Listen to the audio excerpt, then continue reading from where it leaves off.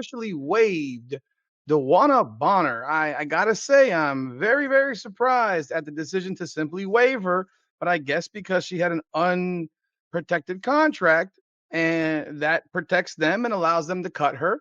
So they have waived DeWanna Bonner. And guess what? Ari McDonald is back in the picture. They have re-signed the speed racer, pesky point guard who was doing so much in those 4 or 5 games that she played for the Indiana Fever while Caitlin Clark was out on the mend. In Indiana, something is simmering. It's not only drama, either. The Fever franchise is being rocked by a full-blown hurricane. It wasn't business as usual until head coach Stephanie White eventually spoke up. The wave of shock, every statement felt like a turning moment, from the shocking news of Caitlin Clark's injury to the unexpected waiver involving DeWanna Bonner. When you combine it with the mounting tension behind the scenes, you have a moment that has the potential to completely change the Fever's season. Steph, did you have any parting message for DeWanna or anything? Like that, you've coached her before the season, obviously. Yeah, I mean, first and foremost, obviously we're disappointed that things didn't work out. I love DB. I mean, DB is somebody that I have so much respect for. She's a Hall of Famer. And while I'm disappointed, I always, first and foremost, want her to be happy. And so I'm thankful for the time that we've had, and certainly, want her to be happy and wish her the best, and turning right now our focus to. That DeWanna Bonner packed up her duffel and left the Fever because of Caitlin Clark is the major rumor that is currently circulating like a caffeine-fueled bat. Actually, that is now the plot. We are using that storyline. Could someone maybe play the laugh track? That theory is pure comedic gold. If such is the cause, the limping is not merely feeble, it is at the level of an ankle sprain. Let's be honest. It would be equivalent to quitting your work because an intern used excessive exclamation points in emails if you were to blame your departure on a novice. Caitlin Clark is out with a groin injury. Now, if you guys have been watching the Indiana Fever and Caitlin Clark play over the past 3 games, it is very clear that Caitlin Clark is not feeling like Caitlin Clark. She has only made 1 3-pointer in her last 3 games, and even just last game, she only had 6 points. But it wasn't only her performance on the court that was worrying fans, it was also just her demeanor, her energy. It felt like something was wrong. She wasn't hyping up the crowd like she normally does, and even in her pregame routine, she was doing some things differently. Some fans also noticed that she had her upper left leg taped during a couple of those games. It is not durable. It is nonsensical and undoubtedly ineligible for sympathy points. Bonner didn't take a stroll. She suddenly realized she had left her career on the stove and fled as if the house were on fire. You would assume Caitlin Clark had arrived with a bomb package and malicious purpose based on the way she dipped, but this is the unexpected plot twist that no one anticipated. Caitlin Clark's failure to waive wasn't her fault. Bonner. Unfortunately, Caitlin Clark out yet again with a left groin injury. Caitlin Clark will be missing tonight's game versus the Los Angeles Sparks. The venue will be open. Out with a left groin injury. We go from a quad to a quad to a groin. Caitlin Clark did not choose who would receive locker room snacks or create the strategy shuffle minutes. She was too preoccupied with recovering from an injury and avoiding being overshadowed by the media circus that follows her around like a Kardashian who is carrying a clipboard. Let's not pretend that this is some terrible story of a rising star and a veteran. This conflict wasn't Shakespearean. This particular woman, what can only be called the ultimate Hall of Fame trash move, was made by DeWanna Bonner. A tactical outburst. Injury, and how much of an absence do you expect from her beyond today? Yeah, late last night. I think it's very much a day-to-day thing, how she responds to treatment. I stay in my lane and let our strength and conditioning and our physical, our AT staff do what they do best. But yeah, I found out late last night, and then we'll treat it day to day. Back to back, a factor at all with that? I mean, I don't know if it's a factor from a physical standpoint, from an athletic training standpoint. Certainly in my mind, it is. But at the same time, she's shown that she's tough and she's a quick healer. So we'll see. A blatant, theatrical exit that might have been sold in Target's glassier aisle. You don't just leave a team in the middle of a transition and hope for a procession of pity. Bonner's actions lacked bravery and leadership. If you didn't like who was chosen as team captain, it was the basketball equivalent of ghosting a group project. Now, we're supposed to act like she departed for a more important position. She should resign, please. When she was no longer the focus of the press, she ducked out. Because she didn't like the spotlight shifting 3 feet to the right, she left. That isn't honorable. It's self-centered. And since we're going there, let's discuss cowardice. Not being there when things get difficult, that isn't the wisdom of the elderly. Cowardice disguised as a team warm-up, it's the sort of choice that will last for years to come. Nobody will discuss her shooting percentage or stat lines. They will discuss that particular occasion. The instant she abandoned a franchise that was in trouble, now that's the label. She just acquired that tattoo as part of her legacy. And regrettably, it won't go away for her. This just occurred to me. Caitlin Clark clearly not looking like herself. The Indiana Fever has the game put away, yet we still put her back in the game at 45 seconds left. Caitlin Clark dealing with an injury, not looking like herself. The game is already out of hand, yet we still put her back in with 45 seconds left. How much patience do I need to have before I can start going nuclear? Because I am getting very frustrated with what I am seeing. To everybody that said Caitlin Clark didn't look like herself, salute to you. For everybody that said Caitlin Clark might be going through something, salute to you. However, she made room.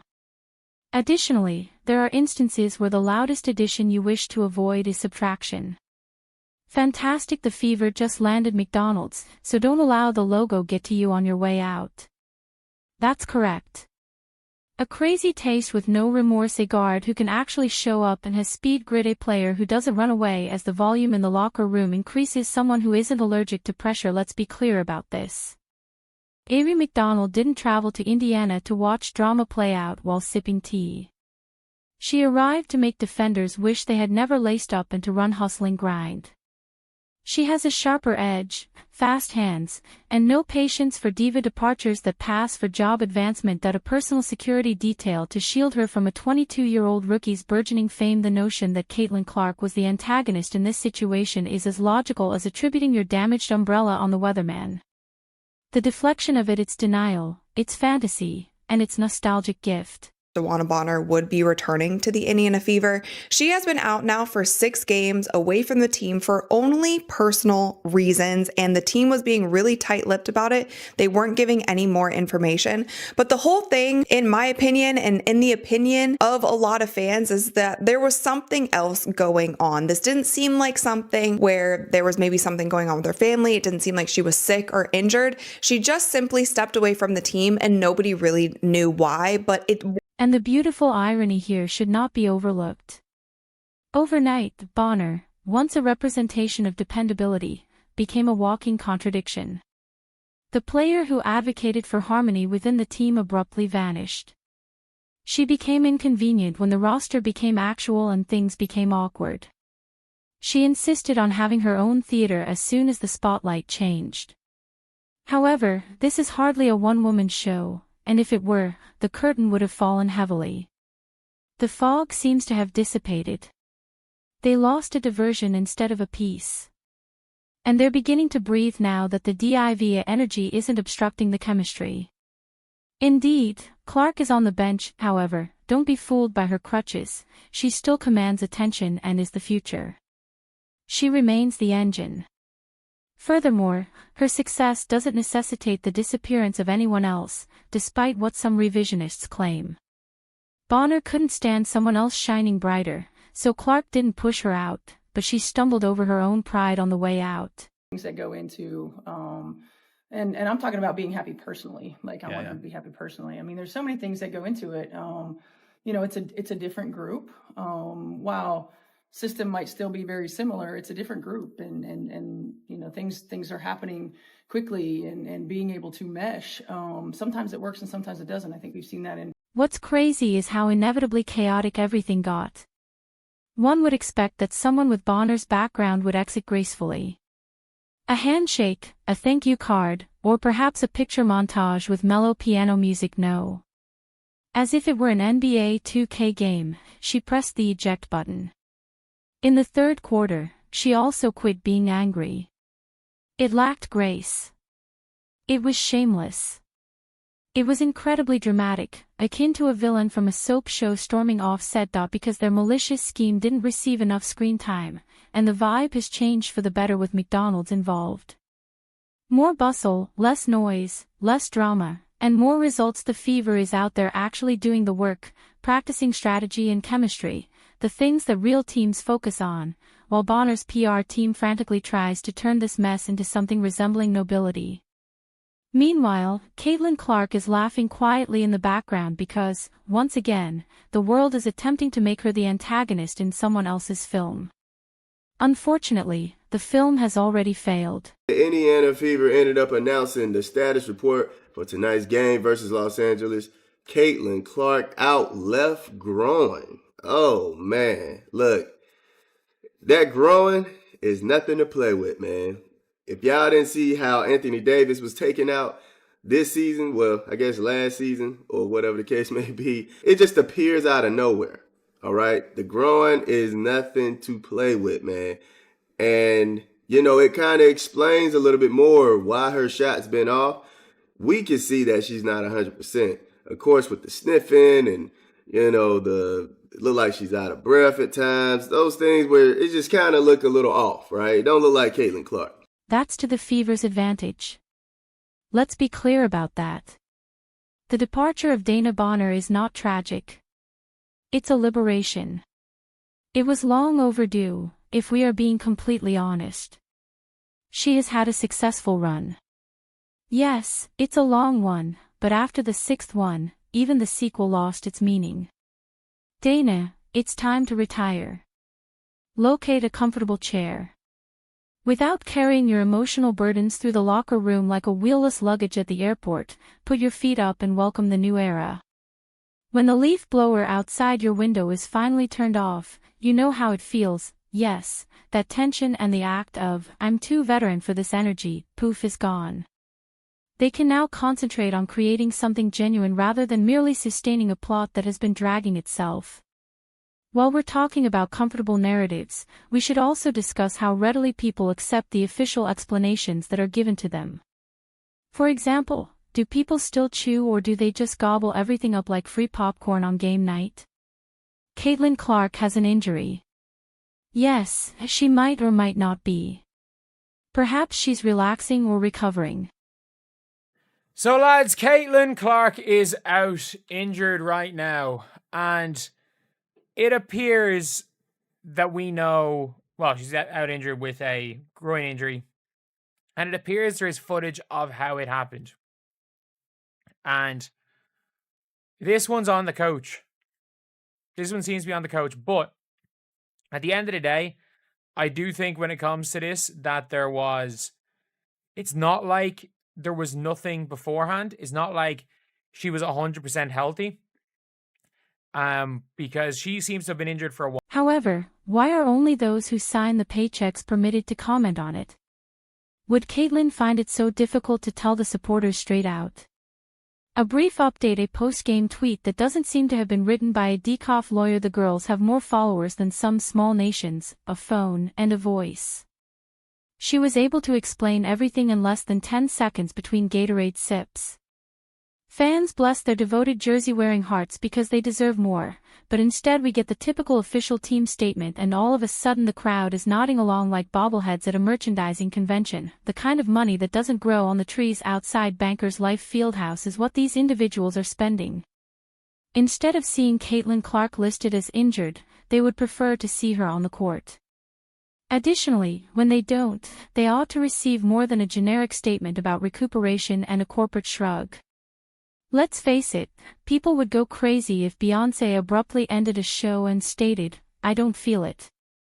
However, when a top-tier WNBA rookie is sidelined due to unexplained injuries, everyone instantly turns into an advocate for medical privacy. Fever made a move. They decided. Why wait? We're not going to trade her. We're going to cut her. Now, I have to ask the other question. Is there something else coming after this? There has got to be something else coming after this. It cannot just simply be that you cut DeWanna Bonner and you re-signed Ari McDonald. It's funny how I don't know that any of us could have projected a few weeks back that DeWanna Bonner would be. Here's the thing.